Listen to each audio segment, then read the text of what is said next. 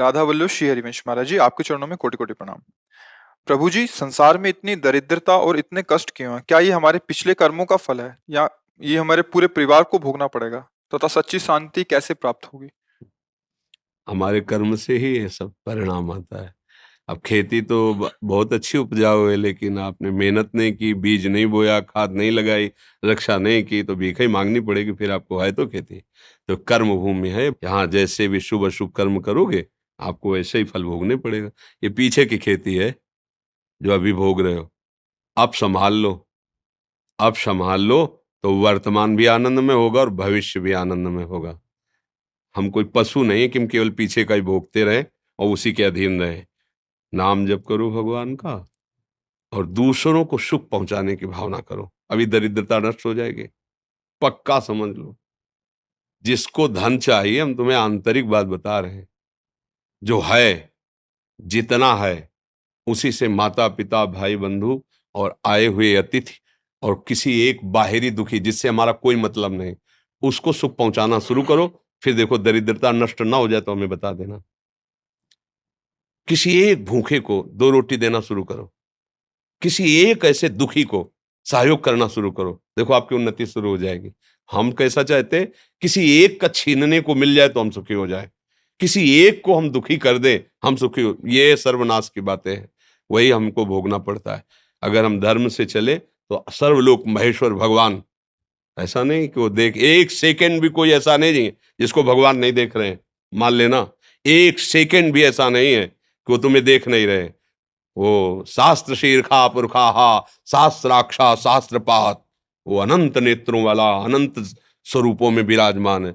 सही ढंग से चलो, पीछे की बिगड़ी बना लो, आगे का मंगलमय मार्ग हो जाएगा। नाम जप करो, कोई नशा मत करो, जो अर्थ कमाओ, माता पिता परिवार को सेवा, और किसी ऐसे को जिससे बदला लेने का भाव ना हो। जैसे मान लो हमने आपको जल पिलाया तो कभी आप हमको हाथ जोड़ के भी राधे राधे कहेंगे, ऐसी भावना नहीं हो।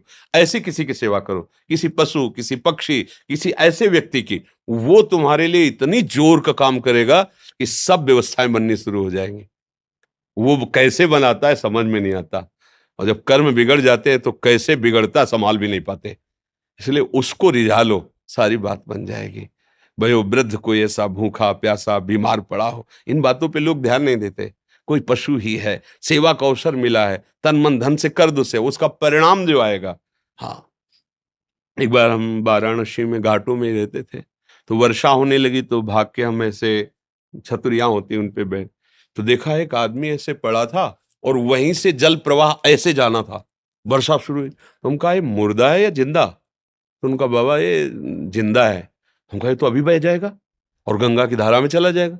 अरे बोले बाबा ये काशी। हम कहा नहीं, ऐसा कैसे? तो वो उठ क्यों नहीं रहा? बोले उठ ऐसे कैसे, उसको गलित कुष्ठ है, वो रगड़ रगड़ के चल पाता है। तो हम कहा वर्षा हो रही, भागे वहां से। अरे बोले वह काहे को, या तो ऐसे हम भाग के गए।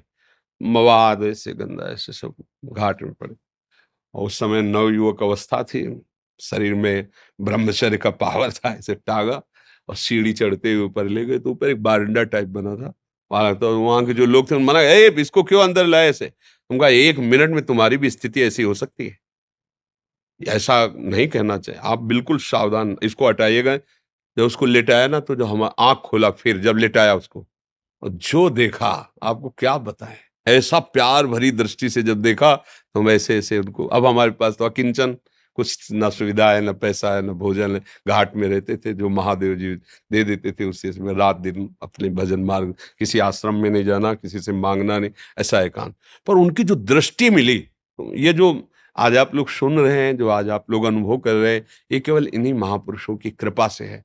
साधना तो क्या है, जैसा बना वैसा, वो क्या, कृपा में बहुत बड़ी ताकत। तो ये जो हमारे दुख हैं, विपत्तियां हैं, ये सब नष्ट हो जाएंगे यदि हम ये दृष्टि रखने लगे कि कभी मुझे सेवा का अवसर मिले।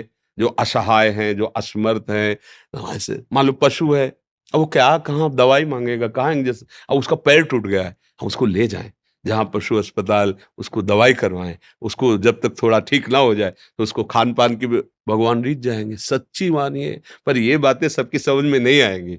अगर ऐसे भाव से चलो तो पूर्व का जो अशुभ कर्म है वो नष्ट हो जाएगा। वो अशुभ कर्म ही हमें दुख देता है।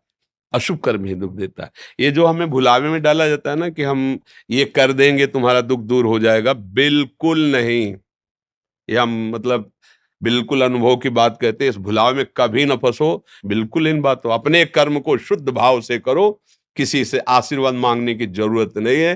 भगवान सबके है, जैसे हमारे हैं ना वैसे तुम्हारे हैं।